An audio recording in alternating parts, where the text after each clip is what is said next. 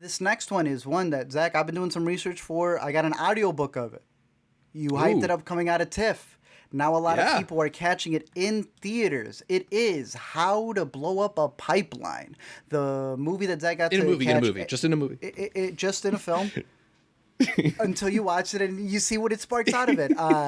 Zach loved this movie coming out of TIFF. It Did. is based off of a manifesto. I was going to say memoir. It's just straight up a manifesto. This is a Yes. movie where the book is just ideas. Like, it is like, this is what we need to do.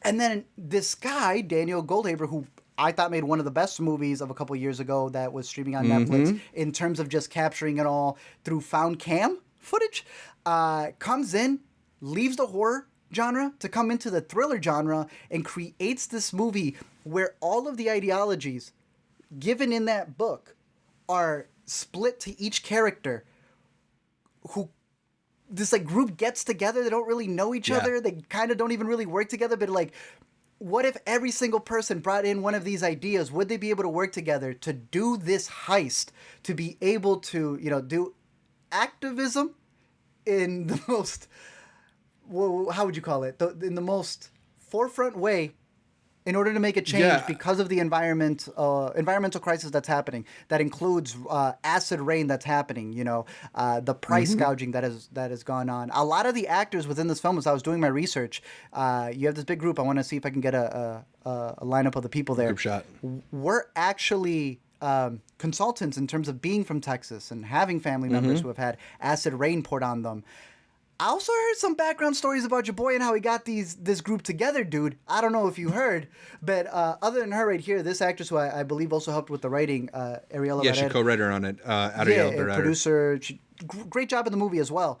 There is a whole slew of people who came on and brought different things to the project. Your boy Lucas Gage, he plays like a couple in this movie.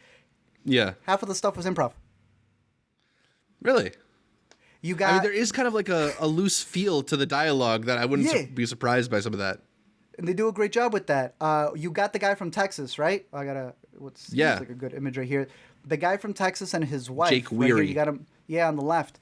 The actress who plays his wife was the Texas consultant to make sure that they weren't caricatures. She was also the one who knew a lot of people who were affected by pipelines and the such. Your boy right here in the middle. You remember what he was in? Sundance winner from a couple years ago.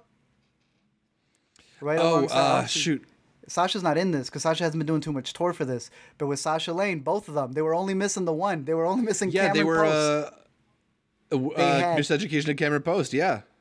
Called this man up, told him Sasha Forrest Lane was in the Goodluck. movie. Called up Sasha Lane, told her he was in the movie. Bamboozled both of them. Amazing. You remember the actress right here? I know her. She was just the mayor in the Batman. Jamie Lawson. Yeah. Called her up, said, "Hey, Who's we want to incredible in work the on this film. script." He had a fake script to dupe the actors into thinking they were going for that. Oh no, the budget's getting too big for that. Do you want to work on this other one over here? This man made How to Cast a Movie before he made How to Blow Up a Pipeline, Zach. Just the behind the scenes to how he got this together has been insane. You've had the chance to rewatch it twice. Are you done with your manifesto? Oh, so can you say the question one more time? I said you got your outline. You know which pipes you're hitting first, like Mario.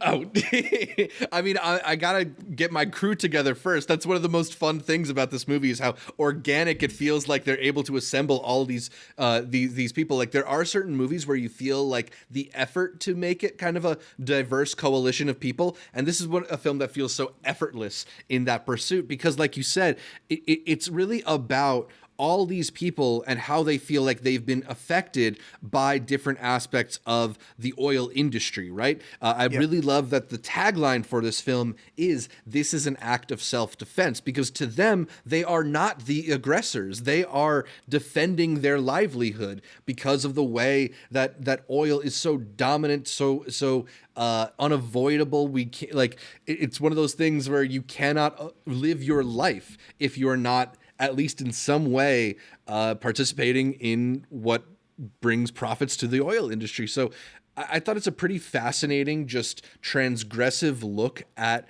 the way in which ordinary people often feel powerless against these Yeah.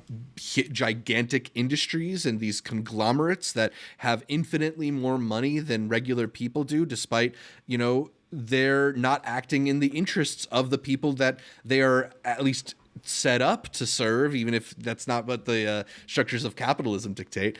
I really appreciate a film that is this unabashedly, just unapologetic in how it delivers its transgressive message. It's not putting the idea out there, but saying we should all do this in like a nice, polite way.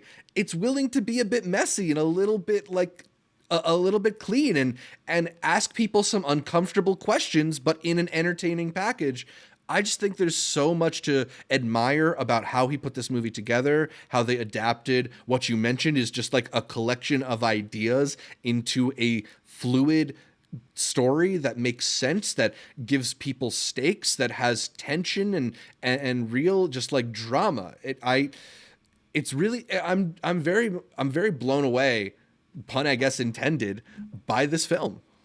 You know, he said they built an actual pipeline that was 150 feet because they're like, the only way to blow up a pipeline is to blow up a pipeline. Blow it up. Yep. Yeah, they said the guy who helped him like really create the bombs is like, yeah, that guy had to stay anonymous. I was like, yeah, I bet he had to stay anonymous. Said he was tired of seeing them just not do it right. You know when a bomb goes off and you're like, oh, that's not the way the wires would go. This is your movie then. Yeah. It's also like a pretty exhilarating film to watch with a crowd. Like you can feel everybody clench when there are certain moments, like when they're lifting one of the barrels up and just that, I don't know, like I feel like when you can feel an entire room get nervous, a movie's working pretty well.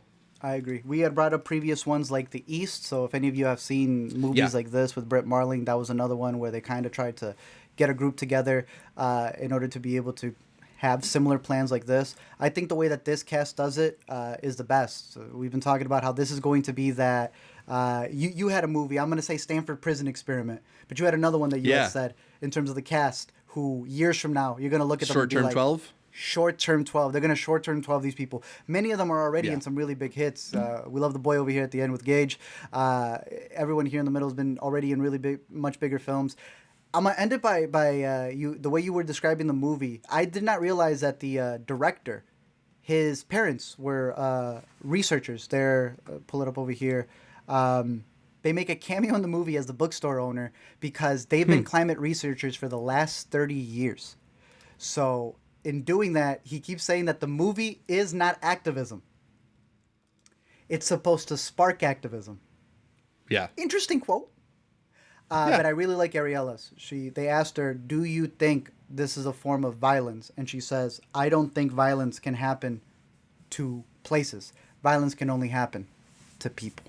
So How to Blow Up a Pipeline, playing out in theaters. It's a limited release right now. And it'll probably get a really big pickup once it's out on VOD. I think this is a movie where people are going to want to like watch it at home, not realizing that if you're like worried about getting tracked, that's probably where they're going to track you the most. But How to Blow Up a Pipeline, it is out there. And the whole book, I've heard, is in parts up on YouTube as an audiobook. So How to Blow Up a Pipeline is playing in theaters. Zach considers it one of the best thrillers of the year.